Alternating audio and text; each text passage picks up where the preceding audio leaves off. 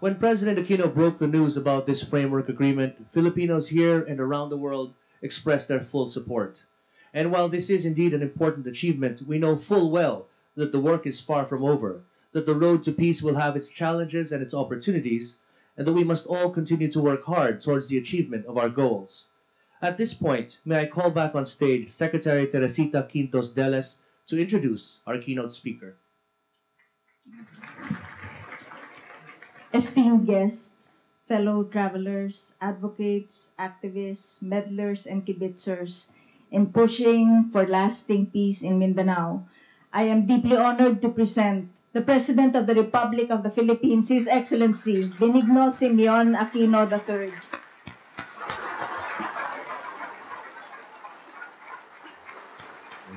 Thank you. Thank you. Please down. Thank you.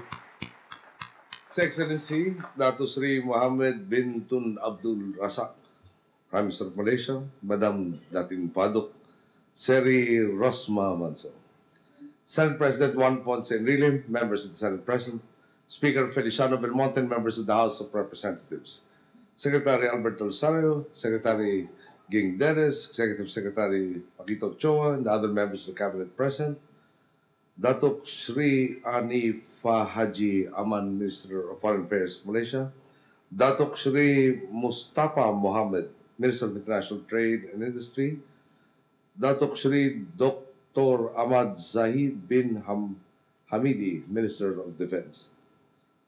First, Al-Haj Murad Ibrahim, Chairman of the MILF, Mohak Mahager Iqbal, Chairman of the MILF panel, Dean Leonen, Chairman of the Philippine Negotiating Panel, His Excellency Ek Meledin Isan Nuglu of the Organization of Islamic Cooperation, Datuk Tengku Abdul Ghaffar Tengku Mohammed, the very able Malaysian facilitator of the GPH MILF peace talks, Excellencies of the Diplomatic Corps, members of the Malaysian delegation, members of the MILF and GPH panels, fellow workers in government, honored guests, mga minamahal ko pong kababayan, magandang hapon po sa inyo na.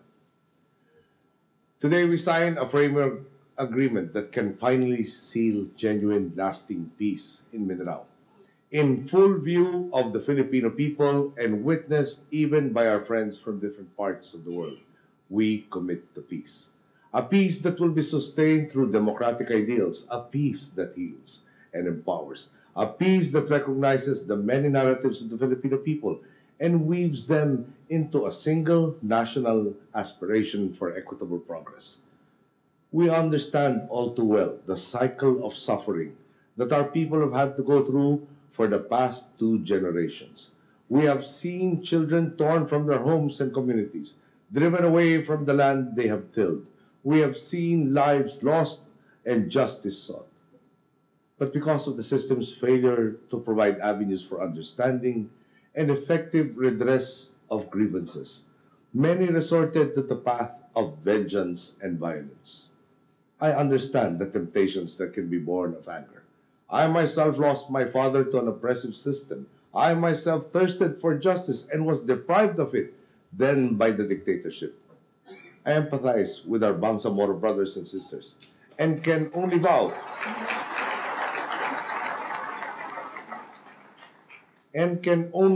to work as hard as I can to see that the culture of impunity is dismantled and that the foundations of righteousness and cooperation are laid.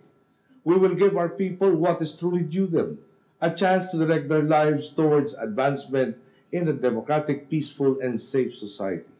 This agreement not only marks a new chapter in our history, it now defines the very path we take as a people, one where opinions are heard and hope is shared, where understanding and consensus breed meaningful solutions for all stakeholders, one where every child is offered the opportunity to shape his own destiny. Again, on behalf of the entire Filipino nation, I thank Prime Minister Dato Sri Mohammed Najib bin Tun Abdul Razak and his countrymen whose commitment to our peace process shown as a beacon of peace to the international community.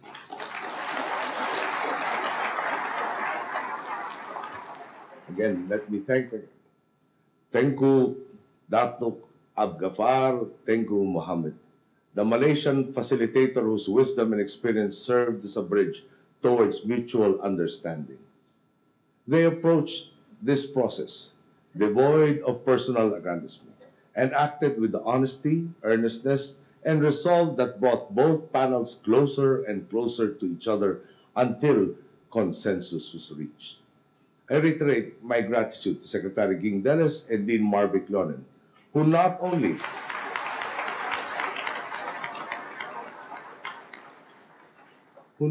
had to work tirelessly with their counterparts from the MILF, but also had to exercise great patience in the face of probing inquiry, from me especially.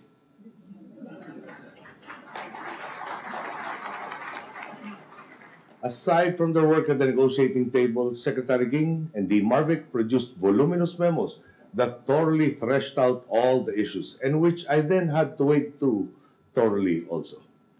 I am grateful for the dedication, commitment, and sacrifice of these true exemplars of public service.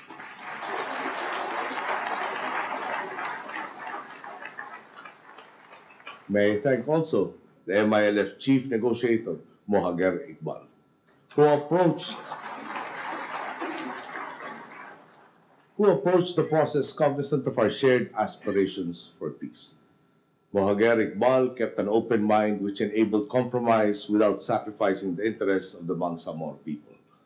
Of course, I must also express my gratitude to Chairman Murad Alhaj Ibrahim of the MILF, whose very able and genuine leadership provided us with a partner, may I stress, a partner who, even while striving for the aspirations of the Bangsamoro people, remained an astute statesman who realized that progress lay in building consensus among the many stakeholders in the region. He led not with dogmatism or hardened ideology, but with the flexibility and open-mindedness born of trust. We all owe him our collective thanks.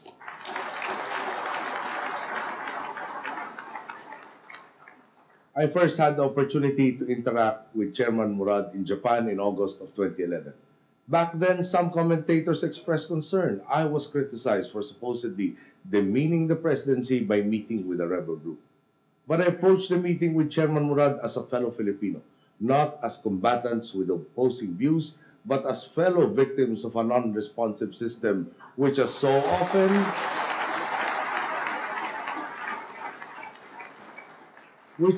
often driven our people towards bloodshed and suffering. We looked at each other as brothers, responsible and committed to the attainment of the aspirations of our people. This mindset, I am certain, percolated throughout the negotiating process and our respective panels. We now all share in the triumph of this framework agreement. I also thank the governors of the armed provinces for their support of this agreement, and thank them in advance for the hard work they will certainly exert so that today's signing leads to positive changes in their provinces. To Armed Governor Mujib Hataman and Governors Jum Akbar of Basilan, Mamintala Jong Jr. of Lanao del Sur, Toto Magundatato of Maguindanao, Abdu Sakurtan of Sulu, and Sadikul Sahali of Tawi-Tawi. With your support, it is now only a matter of time before your region truly fulfills its promise. May I also acknowledge the presence today of the following other governors of areas beyond the arm but are adjacent to it, starting with Governor Emilio Mendoza, Governor Mix Dominguez, Governor Plaza, Governor Dolpo del Rosario, and Governor Dimaporo. Their presence today tells me that they will help our armed governors work even harder to attain the goals. Let me now echo both panels' challenge to the people. Much work remains to be done in order to fully reap the fruits of this framework agreement. We have commitments to fulfill, people to read, and dreams to achieve. The details to be laid out in the annexes in particular provide us with a solid opportunity to expand the common ground whose principles we have already articulated through the agreement. I am confident that our faith in each other and in the Filipino people will not waver, and in fact will only grow even stronger in the years to come.